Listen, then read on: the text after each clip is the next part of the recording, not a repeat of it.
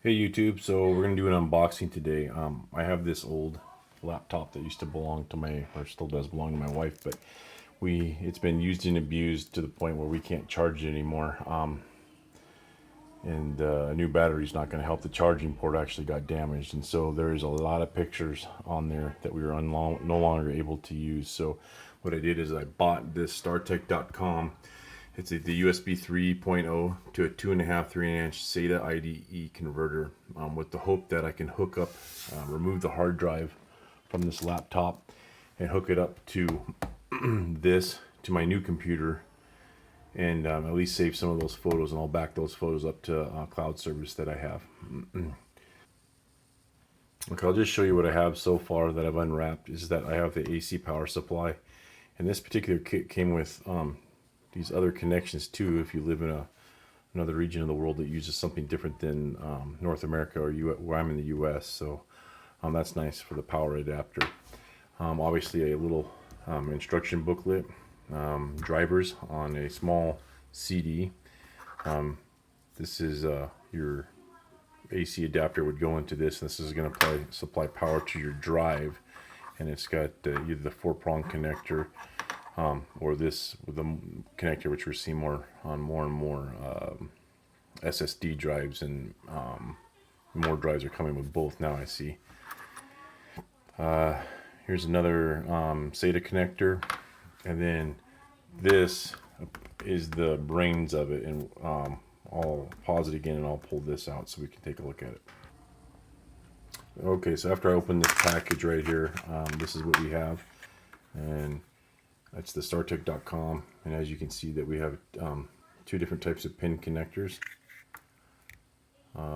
for the drives, and then we have the connector on this side, which is for the smaller laptop type drives, which will be what this is for. I shouldn't say laptop, because it's just a SATA connector. All right, let's hook this up and see if we can't get it going, and I'll bring the video back when we're ready.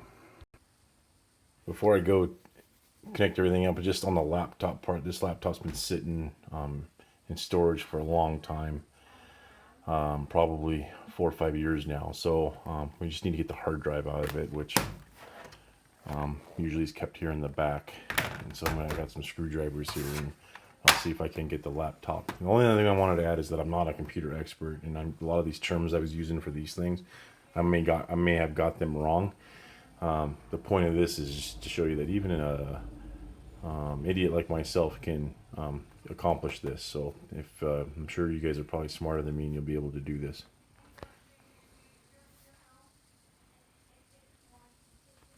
Okay, so I just unscrewed. I don't know if on the laptop, if when I see this icon right here, that tells me that there's a disk drive, or maybe it's the hard drive that's in here. This little thing looks like a RAM to me, and then the Wi-Fi connection. So I don't know for sure. I know that this is the battery section up here, so I'm hoping the hard drive is in here. I just undid the screws for this, and we'll pull this back and see if it's there. Okay. And as you can see, the hard drive is normally kept here, but it's already gone, so I might have already taken this out. It's a little embarrassing. Okay, so I went back down to where the laptop was stored, and I actually found the hard drive. I must have taken it out before. I just left it in there. But when you take this off, I'm assuming, okay, I don't know what, that this hard drive was in like that, but pushed over here. But I already took it out, so there it is. So now I'm going to pause the video and hook everything up to the computer and hook up to this hard drive and see if I can access it. Okay, so I have the AC power cord is going underneath to my power strip, and it's coming up here, and I plugged it into the Y cable that's got the two different types of power ports. This one I'm going to plug in to the power part on this hard drive right there, and then I'm going to use this cable to plug into the data transfer part, which is going to be right here on this side. It's kind of hard to see, but that'll be the smaller L-shaped bracket there. It's hard, I can't point right there. That's the power, and that's the data transfer slot there. And then obviously it'll be connected to this, which I've already plugged into my computer, and my computer recognized it. And so looks like we're going to be good to go. According to the instructions, you should connect the power first and then connect it to your computer, which I've done, and that'll connect the drive. So I'll turn the video on one more time once I make all the connections to the hard drive. So I just made the connections 3 seconds ago, and as you can see, this activity light shows me that it's reading something on my computer. It's telling me that it's recognizing some stuff, and we'll have to look at on the computer screen what we have access to. So let me pull this up real quick. So what we're showing in here, it's showing this as this H drive.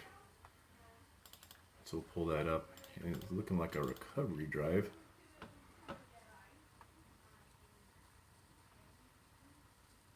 Actually, let's see here. Actually, it's this G drive.